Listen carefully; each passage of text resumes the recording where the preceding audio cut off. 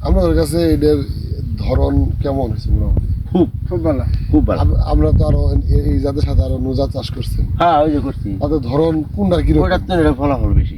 বেশি? এটা এবার ফলন বেশি, দাম বেশি। এই ফলটা এবার আসবিরা এটা কিন্তু আসলে কারেন্ট না, এটা মিস্টার কিং করে আমরা কই। জি। আপনারা মানে কি করে কন? Mister king.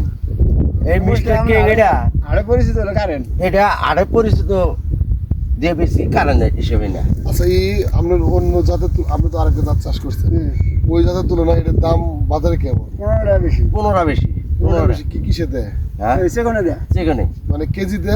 কেজিতে 15 টাকা বেশি। মানে কেজিতে 15 টাকা বেশি? বেশি। ওই ওটা তো আচ্ছা, এটা 15 প্রতি টা কেজিতে 15 টাকা বেশি হলো, মনে কত টাকা বেশি হলো? মনে 600 টাকা। 600 টাকা। 600 টাকা বেশি। হ্যাঁ। তাহলে অন্য জাতের তুলনায় এটা মনে 600 টাকা বেশি।